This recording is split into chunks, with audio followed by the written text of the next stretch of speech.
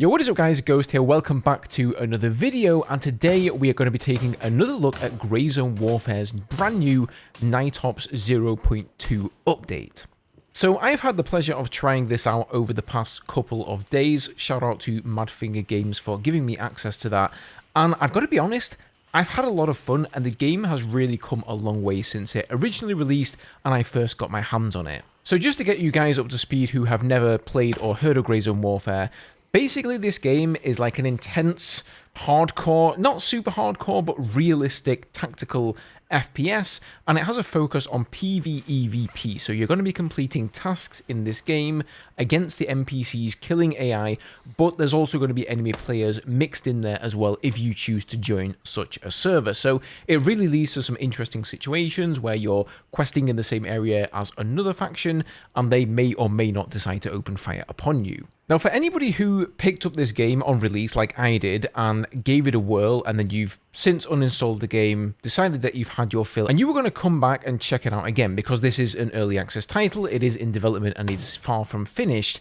now may well be the time. So Night Ops is going to be launching in 3 days from now on the 27th of November. And this update includes a bunch of changes to the game that we're going to go over in this video. But as the name may indicate to you, the main focus of this update is all about bringing the day-night cycle into the game and some of the best nighttime tactical gameplay with night vision goggles, lasers, and all of that sort of equipment that I've ever experienced. In fact, it's probably the best iteration of this I've ever seen. It's very close to what I imagine real to be. I've never used night vision goggles myself, but it definitely blows anything I've experienced before out of the water. And I'm honestly not just saying that because they invited me, I was actually just really impressed. So first of all, the day-night cycle, the way it works is it's not really just day and night, it's also all of the times in between, right? So as the sun starts to go down, it gets to dusk, things start to get a little bit dimmer where you can definitely see without using the nods,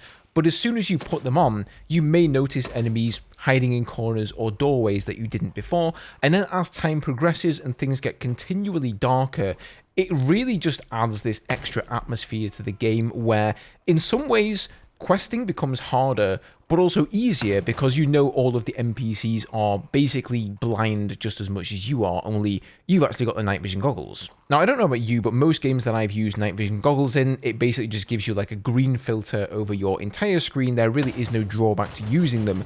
But in reality, that simply isn't the case. If you have night vision goggles that only have a single tube, you have a very limited field of view. And the ones I'm using here only give you 40 field of view.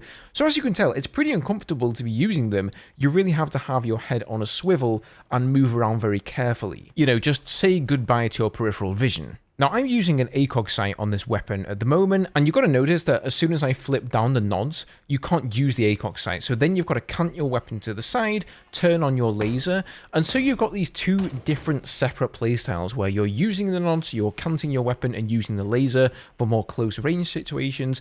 But then you go outside and maybe you can see a little bit more in the street lights. Now you've got to take them off again, put your weapon back again, turn off your laser so you don't give away your position. It's not just like you turn on the night vision goggles and you're good to go and you just use them all the time because it's nighttime. You actually have to think tactically about their use. And this extends even further. If you look at a bright light, they're going to get all washed out, and in some situations they may even turn off because they've got like an auto turn off feature. And if your helmet takes one too many rounds, which mine unfortunately did more often than I'd like to admit, the glass in them will actually shatter, and that makes the visibility even worse. They start to get black dots on them, and as the durability decreases, they start to become worse and worse, and really it becomes time to go back to base and get yourself a new pair. So again, just to reiterate my thoughts on this, if you're somebody who's tried the game before, you've been through this starting area, maybe even multiple times, and you've done all of these missions, for me, it really did feel like a new experience. It was very enjoyable. I thought about things tactically a lot different than I did before, and I think this is a fantastic addition to the game. So that's the main meat of the update, but they've also added a lot of other stuff. So there are plenty of new weapons in there. There's a bunch of new AKs and an MP5. Unfortunately, I can't show you guys any footage of that. As far as I understand it, I believe you only get access to those weapons right off the get-go if you've backed them and bought the Supporter Edition, which is the most expensive edition of the game. No doubt you will be able to get access to these weapons once you've leveled up the various vendors by completing tasks. You'll probably just be able to buy it straight from them, and I'm sure that there will be NPCs spawning with them as well. But for me, in the starting zone, I couldn't find these weapons anywhere. So depending on whether you have the normal version of the game or the most expensive version of the game, that is something to bear in mind. And the same thing goes for all of the night vision goggles. I only got the most basic ones that I think were called the PSV7s. So these only have the one tube there, and they're green and a very limited field of view. But for people who have the Supporter Edition, they get like a double tubed one with white phosphorus, which is much easier to see on, I believe, so I couldn't try those out either. Now, aside from those two things, they've also just made a bunch of quality of life changes to the game. So if there were any little things that niggled at you and kind of annoyed you and maybe forced you to uninstall the game because you just became frustrated with it, I believe a lot of those will have been addressed for you. So let's just run down the list of things that I noticed that have changed in the game.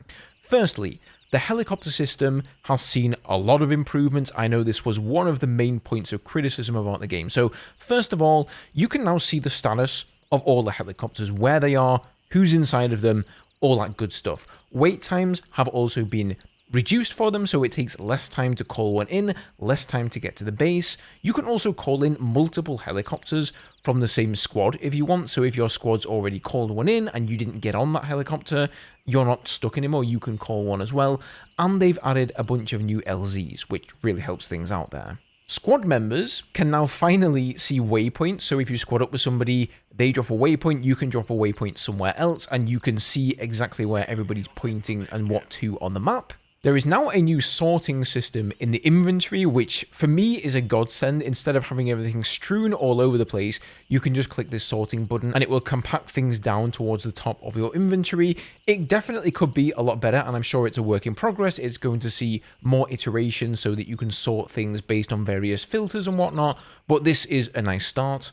Every item in the game now has a durability indicator, and items not only will they break, but you will actually see visual wear and tear on those guns. And I believe their plan in the future is to implement some sort of a repair bench where you can fix those items up instead of having to sell them and buy a new one. They've also gone ahead and added 22 brand new missions to the game, so if you're somebody who finished, I think it was 151 missions that they had in total, something around that, they've added another 22 for you there. I didn't encounter any of them because I didn't really get out of the starting zone, to tell you the truth.